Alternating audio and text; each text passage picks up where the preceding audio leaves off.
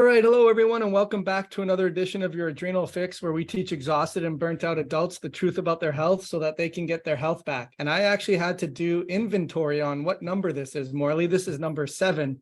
And there's always new information, especially when you go on a sabbatical, when you're into the research and you're looking at what's going on and all that good stuff. I'm sure everyone knows who you are.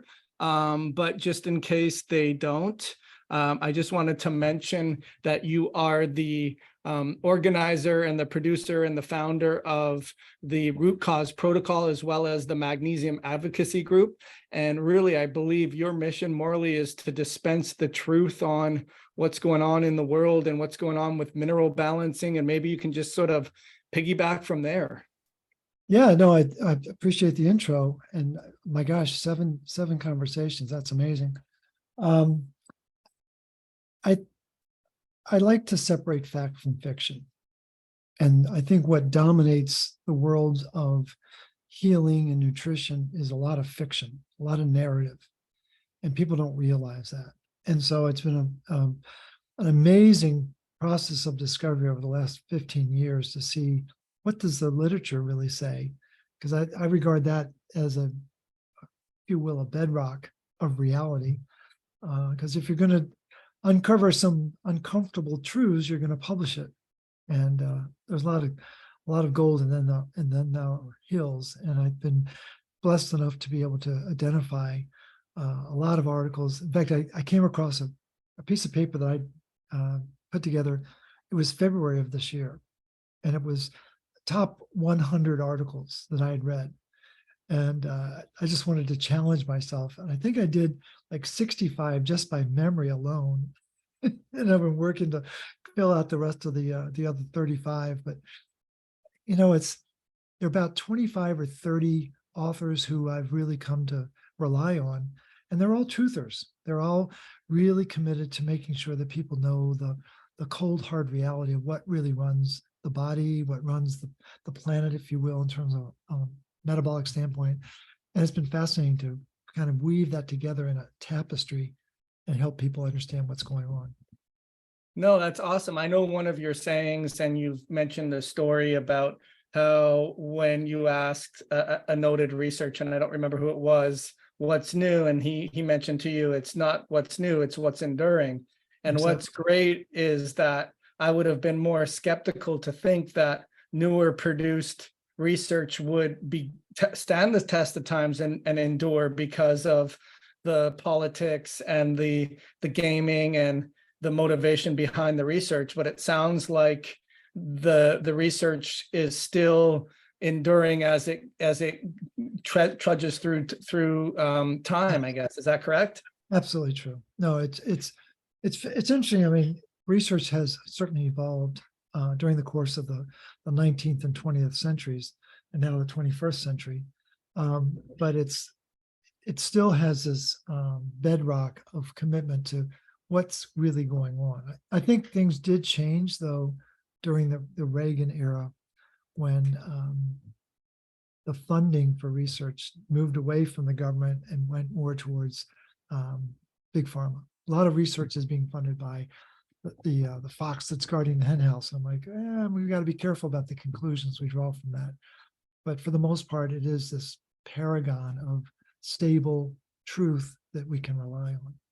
Right. And I guess it's, you know who the author is, and once they've established their credibility, you're more relying on the truth of that. So Absolutely. Yeah. Right. So one of the things that we've been meaning to touch base for a while is the PAM enzyme and how pivotal that is for everything that goes on in the body. So maybe give the listeners who even if they haven't followed all 6 previous ones of these ones, but why it fits so nicely in the jigsaw of this mosaic. Well, it's interesting. There's a theme around blue when it comes to copper. We've talked about the blue protein, ceruloplasmin. We've talked about the blue complex, which is complex 4 of the mitochondria. We've talked about the locus ceruleus, the blue dot, which is at the top of our brain stem on either side. There's literally a blue dot that's full of copper that's critical for maintaining our health and well-being. And I've often thought that there was a blueprint, but I wasn't quite sure what it was. And so my first awareness of the importance of a blueprint, if you will, goes back to 2010. I read the book Mastering Leptin, great book, and talking about the hormone that tells us to stop eating. It's like, I've had enough, But what people may not know is that if we have too much insulin in our body, because we have insulin resistance, the insulin overpowers the leptin. And so when there's insulin resistance, we're just going to keep eating. And that's a serious problem. That's behind a lot of the weight gain and obesity issues that people have around the world. But it really begs the question, well, why aren't these hormones working right? Why is there insulin resistance? And so if I were to give you a toy right now, it'd be kind of hard because there's a couple hundred miles in between us, but let's say I handed you a toy and I forgot to put a battery in it. After a little while, you'd stop playing with it. And if we went clinical, we'd say, well, Joel is suffering from playtime resistance. What's not resistance? The toy doesn't work because it's missing a battery. Well, it turns out that insulin is just like a little toy. It needs a battery. It needs to be turned on. And I didn't know. I mean, like I said, I've been studying the hypothalamus and some of the neuro peptides that are produced and regulated out of the hypothalamus going back to 2010. For some reason, I was just fascinated by this part of the brain. And it's where electrical energy becomes chemical energy. And that's where all the master regulatory hormones are. Things that run the adrenals and run the thyroid and run a lot of things in our body. It's sort of a who's who of neuroendocrine chemistry. And so I didn't really appreciate what was involved with an enzyme called the PAM enzyme, spelled PAM, but it stands for a big word. It's called peptidoglycine alpha amidating monooxygenase. Like, wow, that's a mouthful. So what it's referring to is peptides that end in with a glycine group, and they're always on what's called the C-terminal end. So a protein chain has an N-terminal and a C-terminal. And the C-terminal is always next to a glycine amino acid. It's the way Mother Nature designed it. And what this PAM enzyme does is it goes after the glycine, the peptide with the glycine at the end, and it cuts off the C-terminal, the carboxyl terminal. That's carbon with oxygen and hydrogen. Takes that off and then puts on an amine group, which is nitrogen and 2 hydrogen, and it turns it on. It's like literally going from black and white to suddenly the lights are on. And when I first started studying this enzyme, there were 13 neuropeptides, things like TRH, thyroid regulating hormone, and CRH, corticotropin regulating hormone, and oxytocin and vasopressin, and these big blockbuster hormones. Well, 13 gave way to 43. 43 gave way to over 70. Over 70 gave way to 279. And 279 recently gave way to 827 of these signaling peptides that are just like our cell phones. We use cell phones to communicate with each other, right? And if we don't have power, and if we don't have bars, our you and I can't talk to each other, right? And these signaling peptides are the same way. So insulin, leptin, ghrelin, all these amazing hormones are signaling peptides. And they don't work unless they're turned on. Now, the part that's absolutely amazing is that I originally thought that the PAM enzyme only worked in the hypothalamus. So if we drill a hole here and drill a hole here, we're going to get to the hypothalamus. And it's the size of an almond. It's got 64 chambers. It's absolutely amazing what happens there. But I really thought it was just restricted to the hypothalamus. Well, it turns out it's not just the hypothalamus, it's the pituitary, it's the whole endocrine system, it's the adrenals, it's organs, it's bones, it's all of our tissue needs to have access to this PAM enzyme. And think of it this way. The body makes what are called prohormones. They're not active, but they're in a state where they can be made active. So think of it as parked cars on a highway. They're there, they're parked, they can't be used, but they're available. And the PAM enzyme is what turns them on so they can get on the Autobahn and start to do their thing. And what really happens is a hormone like insulin, when it becomes bioactive, when it becomes fully active, it's able to fit into its receptor perfectly. And that everything is all about making sure that there's a perfect connection between the hormone and its receptor. Because what's the hormone doing? It's got signals, right? It's got to download its payload. It's got to inform the cell and the tissue about what needs to happen. Well, if it's not active, it doesn't have the right shape. It's not hydrophobic. Its half-life is shortened because it's not active. And so it really compromises the body's ability to communicate and regulate when the PAM enzyme is not working. Well, what makes the PAM enzyme so special? Well, it has very finite requirements. It's got to have copper. It's got to have oxygen, monooxygenase. Oh, it's going to work on the oxygens that are there. It's got to have ascorbate, not ascorbic acid. Ascorbate is very different.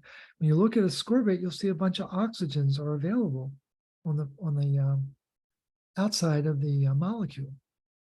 And it needs the right pH. And what will surprise people is to find out that it prefers acidic pH, not alkaline pH. So if you've got a Kangen machine, you might want to unplug it right now because maybe you don't need to be doing that. But the thing is, this enzyme is the blueprint. I'm convinced of it because it is activating 800 of these signaling peptides all over the body. And the thing is that we've got to really be mindful of that and be aware that, well, if insulin can't get into its receptor and signal what's going on with the sugars, well, then the sugars start to build up, the insulin starts to build up, and then there's this cascade of dysfunction that follows it. And one of the most important aspects of that is that when sugars do build up, people can go into a state of what's called hyperglycemia, high blood sugar. Well, a group of Russian scientists figured out in 2019 that if the body does become hyperglycemic, it affects the copper protein ceruloplasmin. And ceruloplasmin is the master antioxidant protein that runs our body, and it blows up, and the copper comes leaking out. And what doctors have been trained to do is blame the copper for the rising sugar, when in fact it's the sugar that's affecting the conformational structure of the ceruloplasmin. And no one's thinking about that. No one's thinking about the fact that, oh, wait, the insulin isn't signaling right because it's not the right shape, can't get into the receptor. And then that's going to affect all the other downstream. And so think of it as a Russian doll, right? This is insulin. Well, there's a peptide over here called chromogranin A. You may never have heard of it, CGA. Well, if CGA doesn't get activated, insulin can't get activated. And so there's a whole family of peptides in between chromogranin A and insulin that all need to be activated. And it's like, oh my gosh, it's beautiful, it's elegant, but it's a lot more complicated than we realized. And so all of the focus is on insulin. No one's talking about glucagon. No one's talking about GLP. No one's talking about all these other intermediary hormones that are critically important. They may not be as big as insulin, but they're as important as insulin. And so here's the part that I think will surprise you. And then I think there's a part that will shock you. So the part that will surprise you and your listeners is to find out that this PAM enzyme is not taught in doctor school. I've talked to dozens of doctors. Nobody knows what I'm talking about. And I don't bring it up to embarrass anyone. I'm just like, this is a really important part of our physiology. And there's a big blank slate out there about what's going on and what this thing does. And so the fact that the doctor doesn't know about it, and the fact that, our clients and patients don't know about it, that's really significant. But the part that I learned yesterday, which really surprised me, was that there's, as I've said, there's a protein chain has two ends to it. There's an N terminal and a C terminal. Well, the N terminal is agnostic about whether the protein is turned on or not. The C terminal is very much interested in knowing whether it's on or off. All of the assays of blood markers looking at proteins and hormones and signaling peptides are based on the N terminal. None are on the C terminal. So basically we're getting information, we're getting blank information about these are all parked cars on a highway that can't be driven. And we're making critical decisions about people's health based on incomplete information. And I think that's shocking that the entire infrastructure of medicine is based on no one knows about this enzyme, and no one is testing the right end of the peptide. And I'm like, oh my gosh, this is mind-blowing. And then you realize that the PAM enzyme, it really is the blueprint, because it's activating all these signaling peptides that are communicating, saying, how are you doing? What's going on? Do you need an adjustment here or there? You as a chiropractor know how important adjustments are. And that's what these signaling peptides are doing, is constantly adjusting their signal, adjusting the information based upon what's happening. And it's all based on the intelligence of copper. And it's like a complete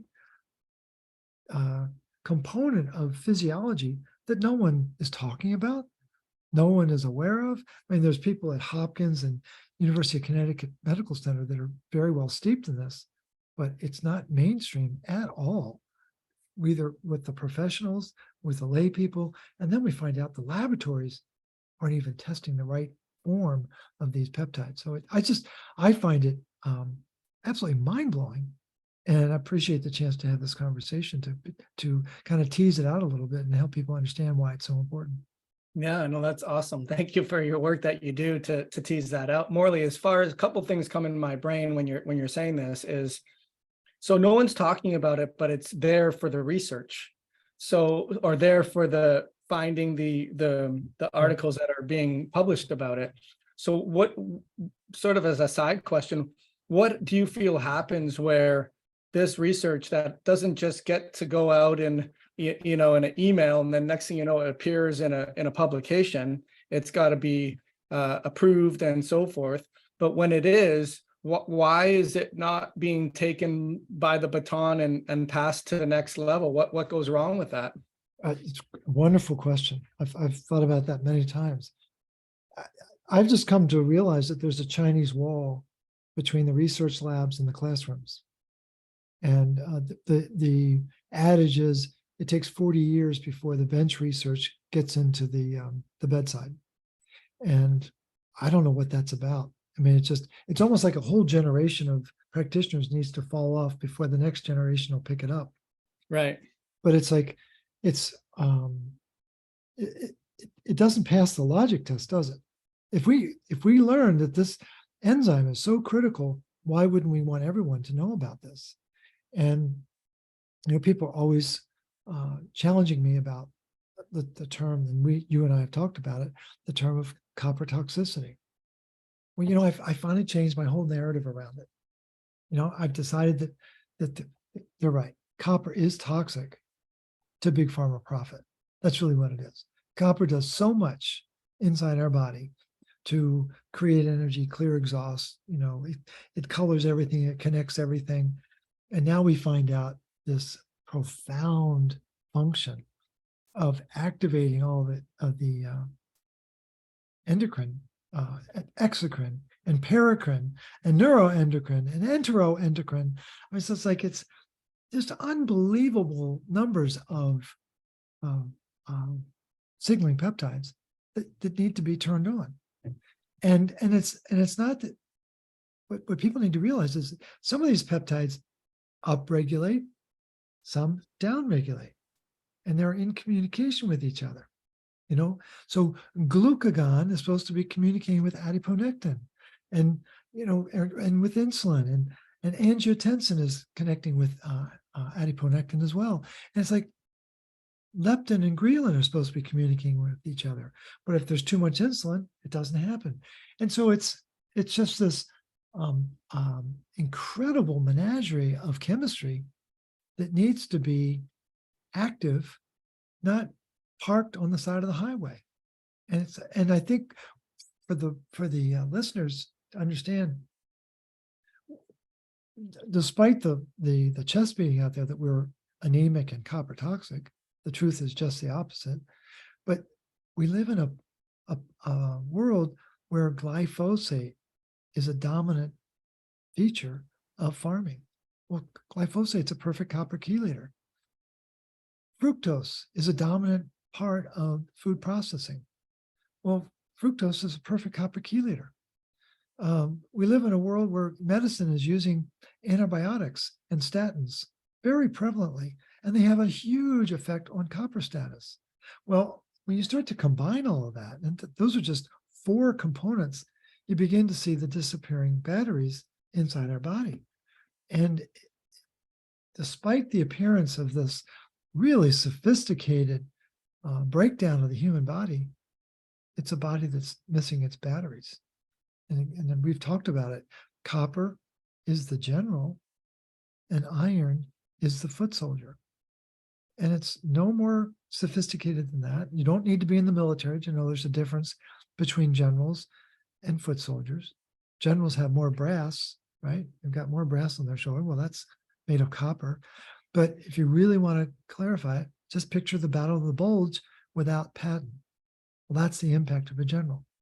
The reason why he was so important, he in 2 days moved 200 tanks and 200,000 men from going east to going north. At one point, he was directing traffic. So that's the power of a general. And I think copper plays the exact same role inside our body.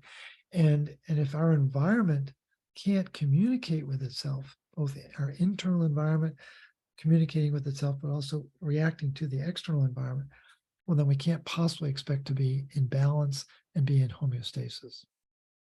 Right. So if I'm listening to this and I'm not understanding 100% of the science, but thinking that it really does sound like doom and gloom, as far as, is this one of those instances where a broken clock is right twice a day kind of thing, Morley, where the sense is where we do get enough, like, why aren't we dying like yesterday? Like, or why, I mean, why, like, how do we, with this all being said, and the PAM enzyme not basically charging these hormones to communicate, why do we see improvements in longevity and in some people, and why, I mean, I guess to play devil's advocate, why are we able to, yeah.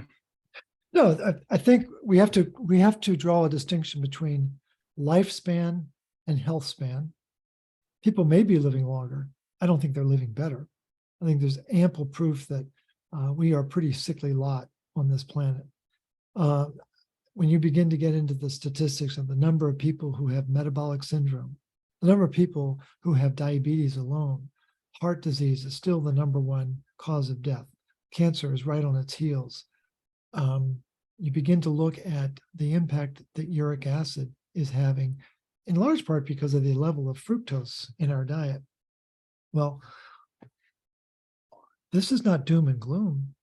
This is trying to put an electron microscope on what's the problem. Why are we in this sea of metabolic dysfunction and not understand what's going on? And it's because this enzyme is a critical component of our neurochemistry and our physiology. And if it's not working, then we will get diabetes, and we will get anxiety, and we will get osteoporosis, and we will get, all sorts of physical ailments. And if you don't know about copper, if you don't understand the incredible power and impact of bioavailable copper, then the Merck manual makes sense. Oh, there's 20,000 different forms of disease, and we just have to tinker away at each one. Or we could begin to understand, oh, so we've got over 800 signaling peptides, and they all got to be fed with copper, and they know how to work. And that's the pioneering work of Richard Maines and Betty Eiper. Have assembled an amazing team of people when they were at Hopkins, and they went up to UConn Medical Center in beginning of 2000. And they did some really important research in 2009, 10, and 11. And the bottom line was they were studying defects in the PAM gene and what happened to the expression of the PAM enzyme as a result of those defects. And they looked at the impact of copper deficiency, studying, rats and mice. And what they found was that there was a parallel expression between whether there was a defective gene or whether it was a copper deficient situation. Then they did the most amazing thing. They fed the rodents copper. And guess what happened? The enzyme turned right back on and was just fine. Thank you very much. And so I think, to dispel this idea of doom and gloom, no, this is sharpen the focus of why we're all struggling with our well-being, because we didn't know that the environment of copper has been shrinking outside of our body and inside of our body. And we don't have that copper, and if we can't make it bioavailable, then the body doesn't communicate. The body can't maintain its homeostasis. The body can't regulate energy production and clear the exhaust. And that's really important to understand. So I think it's a case of we've been led to believe in disease, when in fact, wow, there are these incredibly sophisticated mechanisms of communication that just aren't being fed properly. And our ancestors didn't have the challenges, the toxins, all the barriers to maintaining good health that we have in the modern era. And I think it's important for people to realize just how central this one enzyme is to so much of what ails us. Yeah, it almost seems like the analogy I see is that we've been bitten by a venomous snake, and the antidote is out there, but we're searching high and low and selling other things that contain massive amounts of profit for the people that produce them, Right. to not give the actual anecdote that's simple. And is that a fair analogy? Yeah, it is. In fact, it's very fitting because all of the critters that have venom, the bugs, the mosquitoes, the snakes, the scorpions, whatever,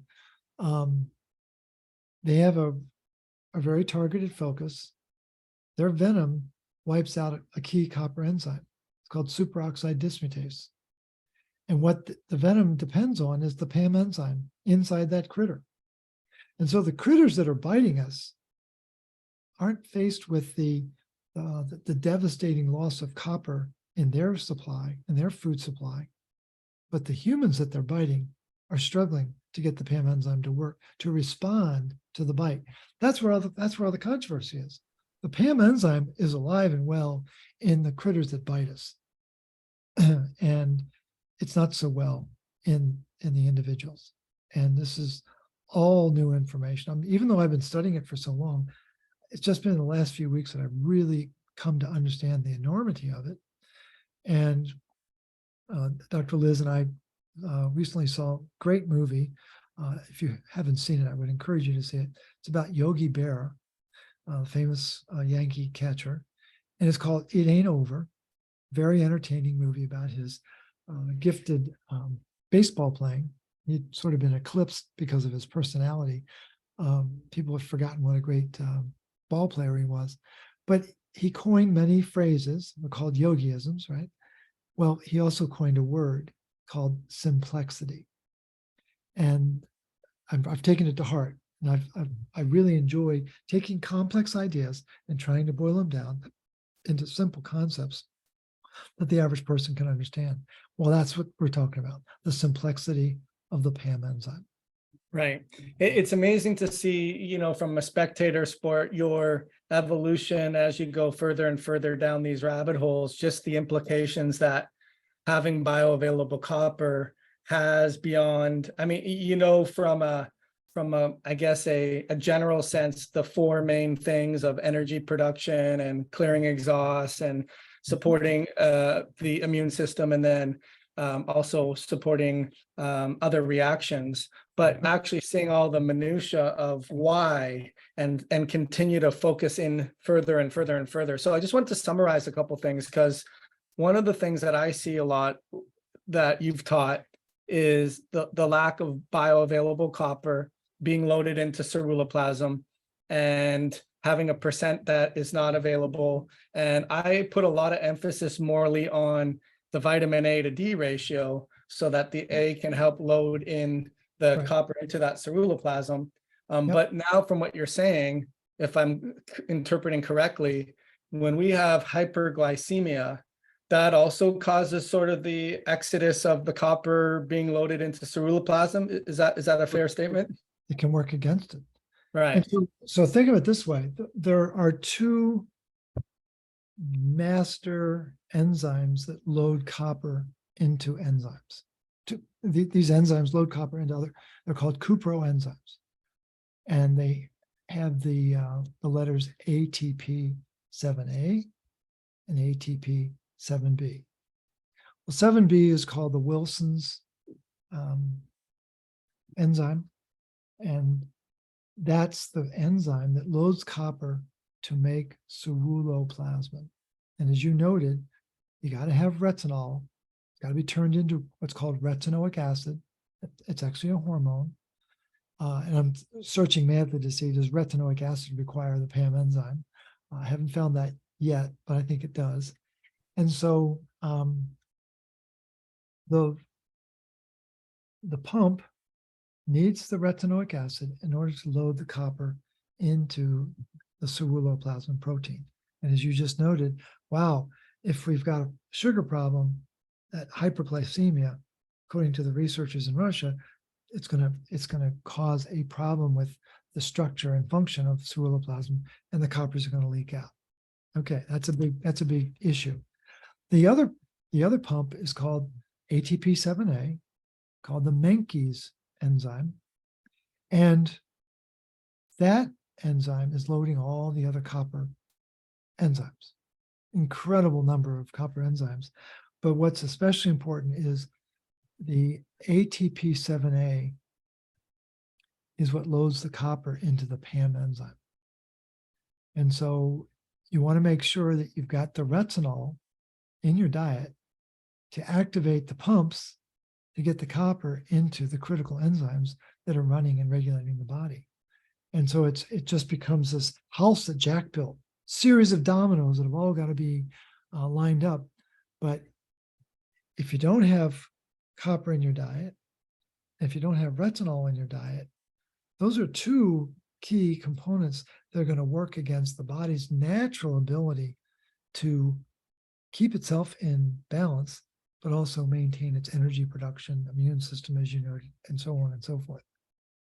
Right, right. And then so to follow that through, where I always say it becomes just this major domino vicious cycle that gathers momentum. So if the hyperglycemic tendency and the person that's taking, which maybe you can maybe comment and remind the readers after I finish my statement, that the nuclear receptor competes with DNA, and if we have too much storage D, all of that stuff that goes on. But when hyperglycemia states happen and we have high fructose corn syrup and everything that's going on, then that causes the copper to come out of the ceruloplasm. But furthermore, it causes the derangement of the PAM enzyme when we need insulin the most. Absolutely. Yeah. I mean, again, we've been trained to believe in a disease called insulin resistance. Again, it's like a toy that doesn't have the battery. If the insulin hasn't been turned on, if one of the precursor peptides, chromogranin A, hasn't been turned on and then worked its way up the chain of signaling peptides, well, then the sugars can't be cleared. Now, what's interesting, there's a famous copper researcher that we've talked about before. His name is Leslie Clave, still actively publishing, even though I think he's almost 90 years old now. He just wrote an amazing article last fall, and it was October of 2022. I guess it's almost a year ago now, but it's called Chronic Copper Deficiency. And he wrote an article back in 1986 about copper deficiency and hyperglycemia, high blood sugar, that there's a relationship there. If copper is low, you have a propensity to be high sugar, hyperglycemic. Now, it makes no mention of the PAM enzyme, in part because the PAM enzyme had barely been discovered. It was I think it was 82 or 83 when it was first really keenly understood. Well, it's very likely he didn't know about that at the time. But what he did know was that people who are copper deficient have really compromised tolerance of glucose. They're called glucose intolerant. They can't deal with the sugar. Sugar becomes very reactive in their body. And he made a point in this article from 1986, and he was alluding to a pediatric textbook from 1981. He said the most glucose intolerant people on the planet are children with Menkes disease. And what that means is these children, most of whom die before they're 3 years old, their copper pump, ATP7A, doesn't work. They can't load copper into the enzymes. And when you can't load copper into the enzymes, you can't regulate iron, you can't regulate oxygen, you can't regulate sugar, you can't regulate much of what's critically important for our body. But the most glucose intolerant people are children with Menkes disease. That was a light bulb moment when I read that. It's like, it hit me like a ton of bricks. It's like, oh my gosh. That means that copper status is at the thick and the center of keeping the body in balance, particularly around sugar. And Then when you find out that there's very sophisticated signaling around that, and there's a whole series of hormones that need to be active and turned on by the PAM enzyme that relies on this battery, then suddenly it's like, oh, it's a game changer in terms of understanding where the defect is and where the breakdown is in our body. Yeah, amazing. So just a curious question. So I know when I do genomic test interpretations, I look at those ATP7A, ATP7B, but also organized in that part of the pyramid, Morley, is the ATOX, right? Is there Right. any relationship with that? Is that what my understanding is, that that enzyme helps to deliver that to the ATP7A and 7B? Is that accurate? I think that might be right. I'm trying to remember if ATOX, is that involved with the mitochondria as well? Yeah, so it's a copper metallochaperone protein that is encoded by the ATOX1 gene, Right. and it plays a key role in delivering copper from the cytosol to the transporters ATP, 7A, and 7B. So then ATOX is what supplies copper to the other chaperones Correct, for the mitochondria. right. So the If- thing is, people need to know that what's a good way to shut down ATOX? Platinum. What is it? Platinum. It's cisplatin used in cancer treatment. It'll shut down ATOX. Interesting. And so what's also important to know is that glyphosate chelates copper out of the soil, so we don't get access to it in our food. What does high fructose corn syrup do? It blocks CTR1. That's the front door. Do you look at CTR1 in your work? I'll have to make a note on it. I don't see it. I don't see that it's in the pyramid in that section. Well, CTR1 is the front door for letting copper into the cell. And if CTR1 has been blocked because of fructose, and that's the work of Myra Fields back in the 1980s and 1990s, it's a serious problem. And people don't realize the subtle sophistication of copper metabolism and how finely tuned it is. And but don't think of it, oh my gosh, it's more complicated than ever. It's all a supply issue. If you don't have copper on the front end, that's when all of these chaperones and transporters start to get affected. We've got to have a regular supply of copper. And that's the most important message, is to get it out to the populace, is that we need these critical nutrients, magnesium, copper, the real B vitamins, to really run the machinery of our body. Right, right.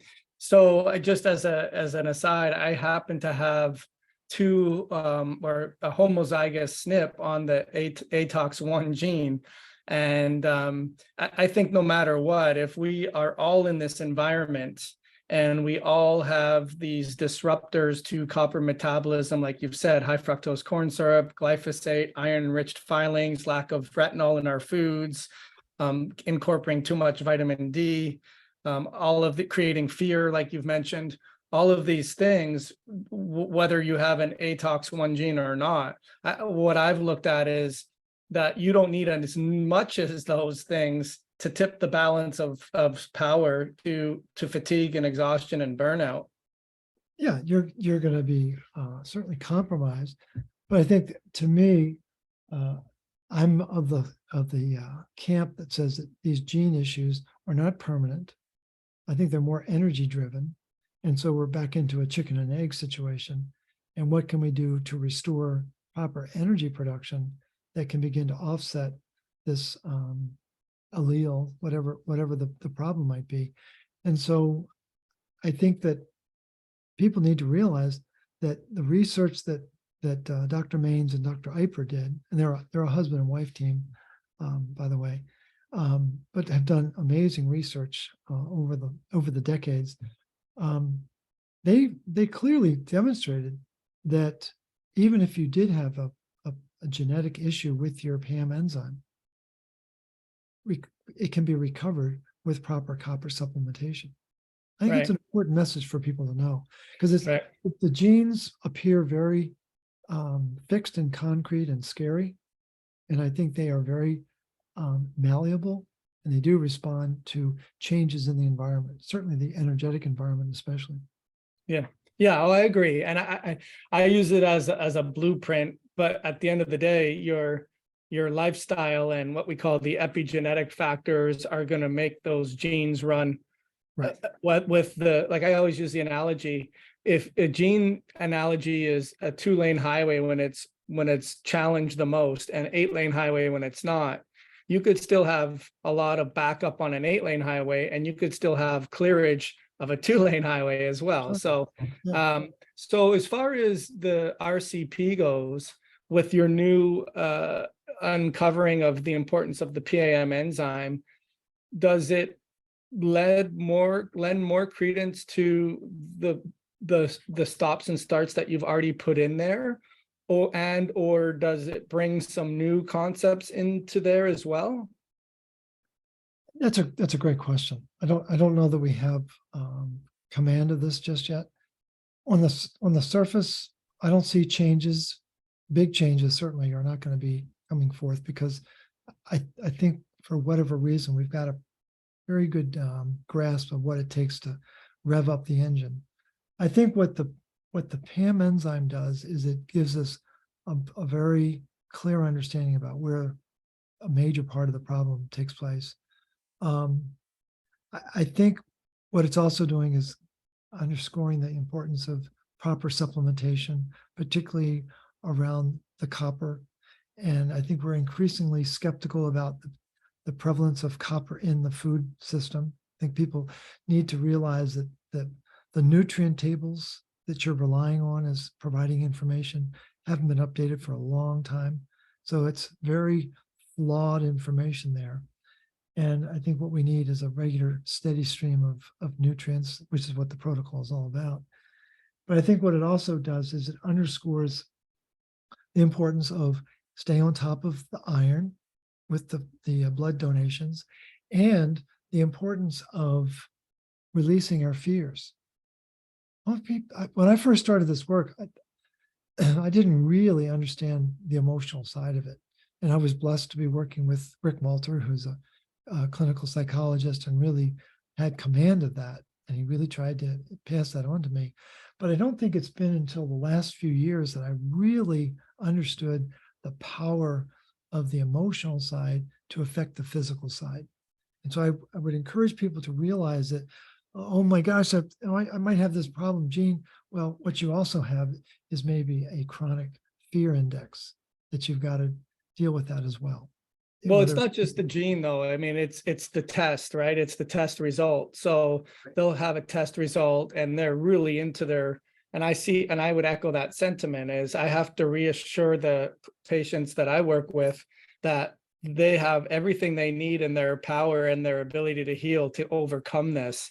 And when you're doing the proper principles, you can't forget that concept of you got this, and you know, because that fear is just going to drive you into the ground. And when you're doing all the right things but the markers aren't moving and the person is completely overwrought with fear, it definitely derails them faster than any other thing that I've seen with who I work with as well. Absolutely true. And I think it's behind every physical issue is an emotional dynamic. Right. And people need to really internalize that. And the emotional release programs that are out there, like EFT or EMDR or motion code. You don't need to be lying on a couch for 2 years to try to figure this out. The whole idea is get people to release, and that process of release is very empowering. Yeah. So if we had enough money, Morley, to start our own little side business, I think 2 good ventures would be to start to open up an amino acid company that tests the C chain, right? Or the C end, the C terminal. Right. And the second one was, you sent me something that I had a chance to look at just before we got on the call, where it's only done in rats, but maybe you could tell us about that study where they're able to determine how well the ratio to whatever it is to SOD, and that gives us a status of copper depletion. Maybe tell us a little bit about that as well. Yeah, this was think it was from an article in the, what's it, 87, maybe 90. It was written by a famous copper researcher, Joseph Prohaska, but he's now retired, but he was a real luminary in his field during his heyday. And he was talking about inside the red blood cell, there's two components that can be measured. One is the superoxide dismutase enzyme, because the red blood cell produces oxidative stress, produces superoxide anions all the time. And the SOD, it's called ESOD, erythrocyte SOD, needs to be able to clear that. And this particular assay picks up whether that is in fact expressing. And the other is a chaperone called CCS, and it's the copper chaperone for the SOD enzyme. And so what they were pointing out is that in copper deficiency, hope I get this right, I think the SOD was low and the chaperone was high. Well, the chaperone's rising because it's looking for copper to try to get it to Not there. That's what I figured too. Yeah. And so it's trying to get the component, get the battery to the superoxide dismutase so that it can maintain homeostasis in the red blood cells. And so it's a very revealing test, but it's not commercially available. And so he was highlighting its value and encouraging people to look into it. Well, I know for a fact that it's not available. There's none of the true sensitive tests for copper status are available. I mean, there are a handful of them, and they're all just MIA. And that makes part of the intrigue of doing this work, is finding ways to have definitive proof that we have a copper issue, and it's hard to come by. There's Right. all sorts of measurements of iron, but nothing around copper. Right. Copper And you so eloquently teach that in your RCP training. And one of the main ones is the copper to ceruloplasmin ratio, which I alluded to a little bit earlier with vitamin E and glucose or hyperglycemia. So maybe just sort of give our listeners, because I always like to hear a little bit of an update on that, or just re-clarify. From my understanding is ideally, you want to have a 3.3 to 1 ratio of copper to ceruloplasmin. And maybe you could tell me again why it's 3.3 to 1. And my analogy, Morley, is always, what is it? Simplexity. What was the name of what did you call it? Simplexity. Yeah. Simplexity. My simplexity is, it is for every glass of orange juice, to make it most efficient, you need 3.3 oranges for one orange juice. And every time you use 4 or 5, it's less efficient. And if you use 1, you're not getting all the good nutrients in there that you need. I think that's where it starts and ends in terms of how the analogy works. But as far as why is that such a good indication of the intelligence of copper versus, hey, my copper is low or my copper is high, so to speak? Right. Yeah. The two most dangerous words in the field of healing and nutrition are high and low. Right. Everything's about bioavailability. It's not high or low. There is no high or low. Is it usable? Is it working? But this actually goes back to research done in 1960 by two famed metal researchers, Dr. Sternlieb and Scheinberg. They were actually working at AT&T Labs in upstate New York, 1960, and they're studying copper and ceruloplasmin. And they're the ones that actually developed this ratio of 100 parts copper to 30 parts of ceruloplasmin is considered ideal. You divide them and it's 3.33. And what I've come to do is look at that number, that ratio, as being logarithmic, so that an earthquake of 3.33 is very different than an earthquake of 3.83, or very different than an earthquake of 4.13. And so the thing is, it's going up by orders of magnitude. So 3.83 versus 3.33, that's 5 times greater difference than it should be, because the difference is 5 between 8 and 3. And I express it that way to get people's attention that the balance is off. Because we'll look at it, we'll say, oh, I'm just a half a click away from where it's supposed to be. No, you're 5 times from where you should be. And so I think I don't really recall the full explanation for why they felt that was key, but what they did indicate was it seemed to reveal that even under low copper or high copper conditions, the ratio should still be 3.33. And that's what I'm always looking for when I'm working with clients is where is their ratio? Now, Right. just to make it more exciting, I've added a new blood marker to the panel, and it's looking at uric acid. And we haven't had a chance to really talk about that. Maybe that can be a Part A. conversation for number 8. Yeah. But what I learned in my research around uric acid and the whole field of metabolic syndrome, and metabolic syndrome is fed by uric acid. But when we're not making energy, when we're not making ATP, we're making uric acid. So uric acid is essentially the billowing black smoke coming out of our exhaust pipes of our mitochondria when we can't make ATP. And the uric acid is a clear indication that the body and the mitochondria are in a state of disarray. They can't make ATP. They can't recycle the ADP back to ATP, or they can't get AMP back to ATP. And it's a crisis inside some set of mitochondria or an organ or what have you.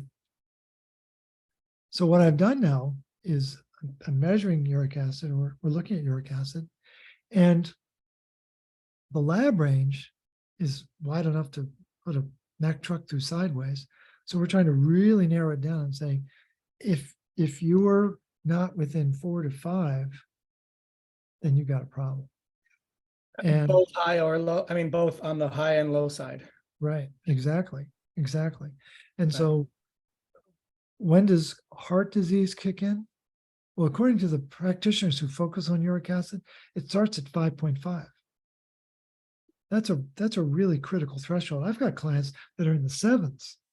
Now it's making sense why they're having problems. Well, if we put it into a ceruloplasmin context, we have a new ratio now. We have ceruloplasmin to uric acid. Because ceruloplasmin, think of it as a surrogate for bioavailable copper. Well, where's copper most important? It's inside the mitochondria at complex 4. Cytochrome C oxidase is what turns oxygen into water to release energy.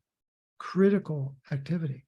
So I'm using ceruloplasmin as a surrogate for complex 4, and we've got uric acid now. Well, ideally, the ratio, let's say we're talking about men. So the ratio would be, or the number for uric acid for men would be 5. So we've got 30 divided by 5 is a 6-to-1 ratio. And as soon as I see where someone is, if the number is well below 6, I know that their copper's compromised, and that's affecting their ability to make energy. Interesting. I'm always selfish to do these podcasts, not for my guests, but for me, so that I can get those little insiders. Interesting. So in order, if just to sort of take that away, so ideally ceruloplasmin is somewhere in the area of 30. Right. And a lot of the people we work with, and I'm sure you see this in the 16s, 17s, 20s. That's and right. Then if uric acid is above the 5 range, then that's going to cause that coefficient to be a lot less than 6 if you're dividing. Exactly. Right. And that's telling us that there's so the copper, the ceruloplasmin is your surrogate for the electron transport chain. Is that right? Yeah. Right. Yep. So I've got a colleague who in his late 50s had to start meds for hypertension. It was really defeating for him to have to do that. So we ran the panel. Well, he's had a lifelong issue with copper. He had Crohn's disease when he was a teenager. He's had all sorts of issues around copper that no one ever put into a copper context until we began working together. Right. But his ceruloplasmin is 16. His uric acid was 7.3. Right. And he said, well, my uric acid is just over the range. The range is up to 7.2. Right. And I said, no. I said, so when you divide 16 by 7.3, it's a really small, it's like 2.7. Right. It's not And even suddenly three. he went, oh my God, I'm less than half of what I should be. And I said, that's exactly right. Interesting. And is it definitive? No. Is it directionally correct? Absolutely. It gives people something to hold their hat on, and they Right. realize, hey, I've got to get on top of this copper issue. Right. So for women, 7.5 to 1 is the goal on them. Is that right? Yeah. Well, yeah, and that's where we're trying to refine it is we might even just say, we might just simplify it and just say everyone should be at a 5. I see. And then we have 30 divided by 5, and we can interpolate from there. Is there a upper ratio limit? Because I know you said with uric acid being low, would you have, say, let's say it was in the 2s and you had 30, 15, what would 15 indicate? That would tell you that the kidneys are not releasing the uric acid. The enzymes that release uric acid from the kidneys are copper dependent, of course. And so what you'll often see is low uric acid with folks who are dealing with neurodegeneration. I see. So it's, and I've told people this, it's still the same fundamental problem in lack of bioavailable copper. It's just depending on what system or Right. organ system Exactly. is being impacted by the lack of power. Right? Exactly. That's exactly right. Yeah. And so I think the part that's hard for some folks to grasp is, how could this one lowly little mineral be so powerful and so important? And it's like, I'm not sure. I think our maker, Mother Nature, designed us in a very unique way. But boy, you talk about an Achilles heel. And if the Achilles heel goes south, the downstream impact is staggering.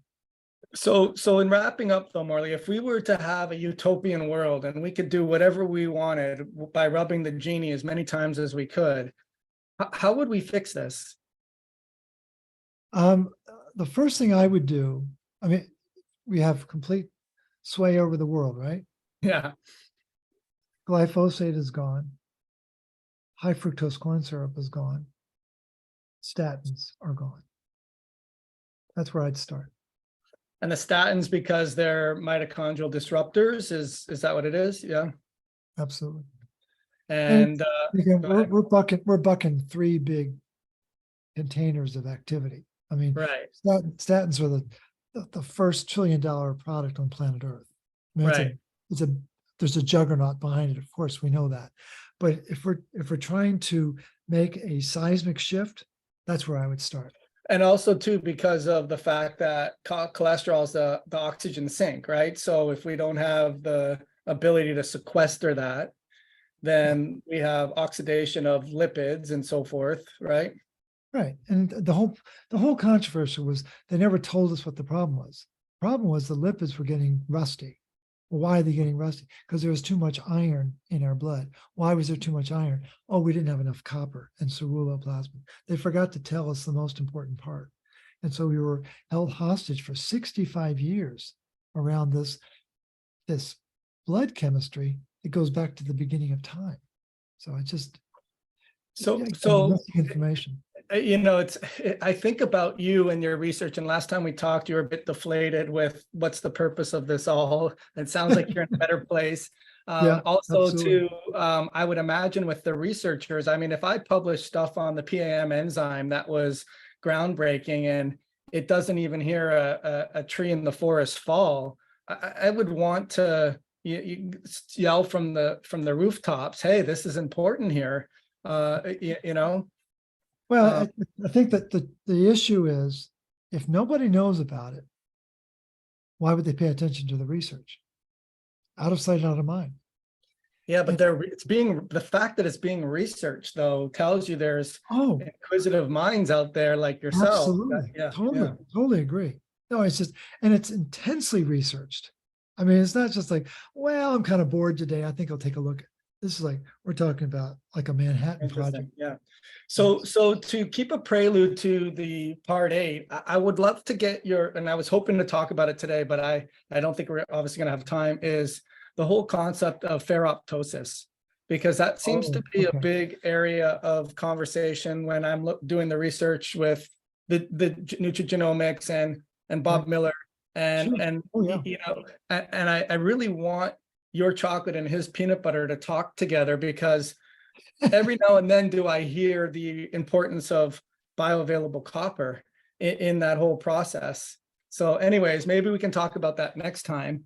As far as again, I mean, just let our listeners know, if they've been under a rock for a while, where they find all your information. Yeah, social media, there's a magnesium advocacy group. There's also an RCP page, RCP for Root Cause Protocol. The website, rcp123.org. Oodles of information. There's a resource section that is enough to choke a horse. I've got a book, Cure Your Fatigue. Got a product, Recuperate. Now it's being supported by a suite of products with companies called Formula IQ. And you can just look up what they've got. And so we're continuing to push back both the tide of lack of information, but we're also focusing on what are some solutions that we can really rely on. Beyond the protocol itself, let's get to some specific components. And that's really what we're trying to bring forward. No, that's awesome. I appreciate your mission and your purpose. And I'm so grateful that I've joined friendship with you. And I really appreciate all the things that you do.